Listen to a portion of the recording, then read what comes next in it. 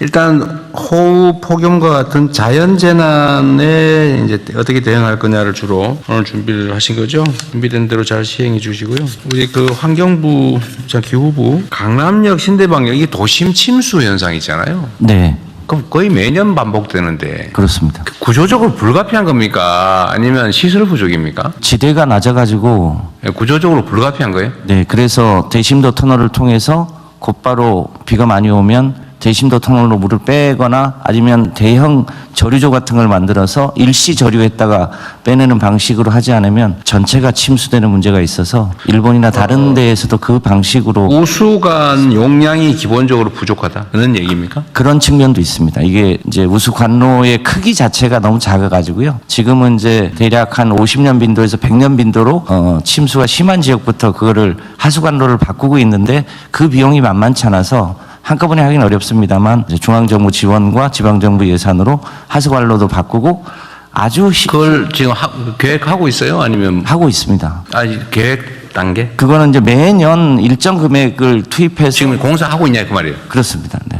공사를 하고 있어요? 네. 대심도 터널 공사를? 네, 네. 그래서 2030년까지 마무리할 예정으로 있습니다. 강남 이런 데는 재산 세수도 상당히 커서 재정 여력은 있을 텐데 좀 신속하게 좀 해야 될 것 같은데. 네, 속도를 더 붙여서 네. 네, 완료 시기를 이게 당기도록 사실은 하겠습니다. 좀 당황스러운 일이잖아요. 그 대한민국의 수도, 그것도 그 중에서도 가장 잘 발전돼 있다는 강남에 비가 오면 지하철이 잠기더라. 네. 상당히 무리한 일이죠. 네, 광화문하고 강남이 좀 취약한 대목들이 있습니다. 그 뭐 약간 이건 지나간 얘기인데 소양강에 붕어가 많이 죽는다는데 그거 혹시 아세요? 소양강 위쪽에 녹조가 네. 위쪽에 끼고 있는데요. 원인 모르게 붕어들이 양구하고 대량 인제- 폐사한다던데? 양구하고 인제 쪽에서 그 여름에 이제 돼지똥하고 소똥 또 그리고 거기서 농약 친 물이 올해 강수량이 부족해서 그런 걸까요? 아니 혹시 분석은 혹시 해보셨어요? 최근 거는 좀 더 확인해서 별도 보고 드리겠습니다. 근데 그게 엄청나게 많이 폐사하는 모양인데 네. 원인을 모른다고? 한번 알아보십시오. 올해 강수량이 좀 부족한 편인가요?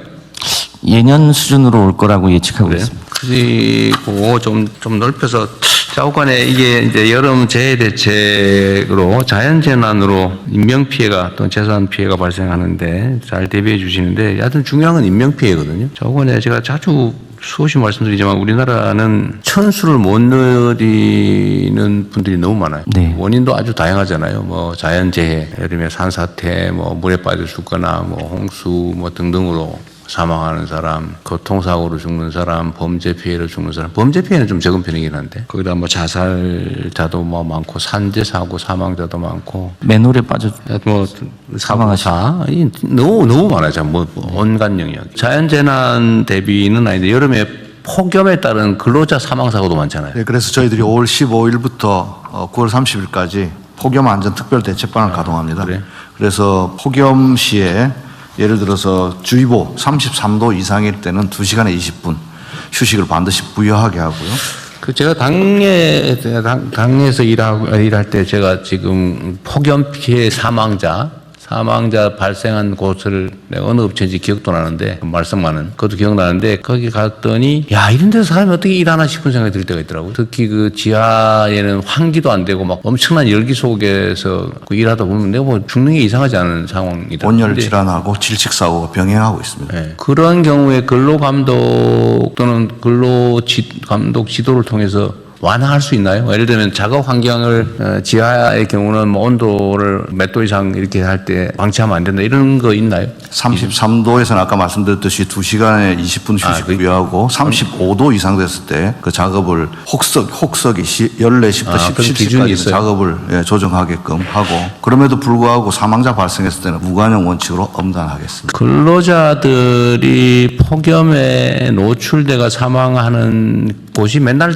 사고 나던 데서 맨날 또 나오고 그러죠. 고개 사업장과 뭐 뻔하잖아요. 건설, 몇 군데 있잖아요. 조선, 그다음에 아까 대통령이 말씀하셨던 뭐 배송하는데. 공간, 그다음에 배송 노동자들도 어려워서요. 이동 노동자들 쉼터를 저희들이 마련하고 있는데 하여튼 폭염에 따른 노동자 산재 사망도 각별히 신경 써야 될 것 같아요. 네, 그렇게 하겠습니다. 꼭 하나 말씀드릴 거는 이번에 제도 개선해가지고 만약에 폭염 때 작업을 중단하게 되면 건설업 같은데 공기가 늘어날 수 있습니다. 네. 발주처에서 별도의 지체 상금을 물게 하는데 이번에 네. 법 개정에서 폭염도 사유로 건설 공기 연장의 사유로 해서 지체 배상금 없이 될 수 있도록 그렇게 하고 금명간 20대 건설업 CEO들과 간담회를 통해서 확산. 그거 예를 들면 공공기 영역에서 이 민간에는 강요할 수 없는 거잖아요. 네. 법으로 하면 민간도 가능하긴 할 텐데. 네. 공공 영역에 관한 거라면 아까도 얘기했지만 그게 국민에게 의무 부과를 하는 것도 아니고 혜택을 주는 건데 그 꼭 법 없어도 돼요. 네, 공공 부분에서는 특히 온열 질환이 그건 뭐 의외로 지침으로 해도 되고 무슨 뭐 발주 무슨 뭐 지침이나 뭐 아니면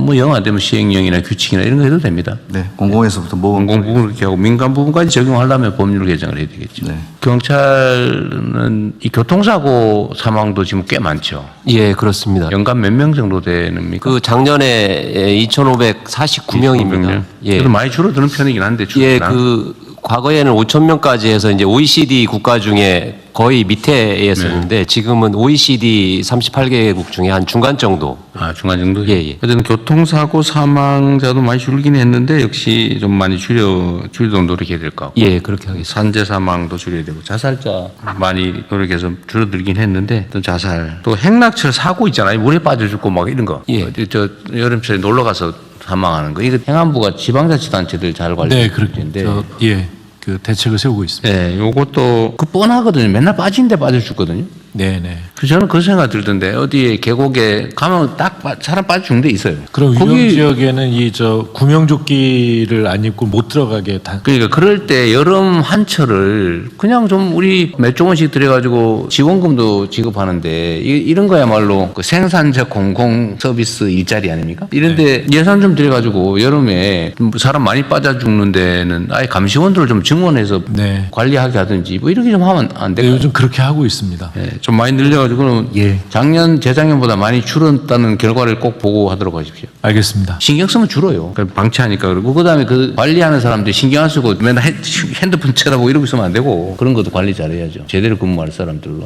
어쨌든 우리 정부는 국민의 목숨을 살리는 정부라는 소리 들으면 좋겠어요. 사고든 자살이든 어쨌든 뭐 이런 일로 죽는 인원수가 좀 줄었으면 좋겠습니다. 공직자들은 작은 신 같은 존재다는 얘기를 하는 이유가 사람들 목숨을 살리고 주고 간다니까요. 어쨌든 준비 잘하셨는데 잘 해두시고 어쨌든 교통사고, 산재, 자살 아니면 뭐 어떤 기타 사고 이런 거 최대한 줄여봅시다. 범죄 피해도 줄여보고요.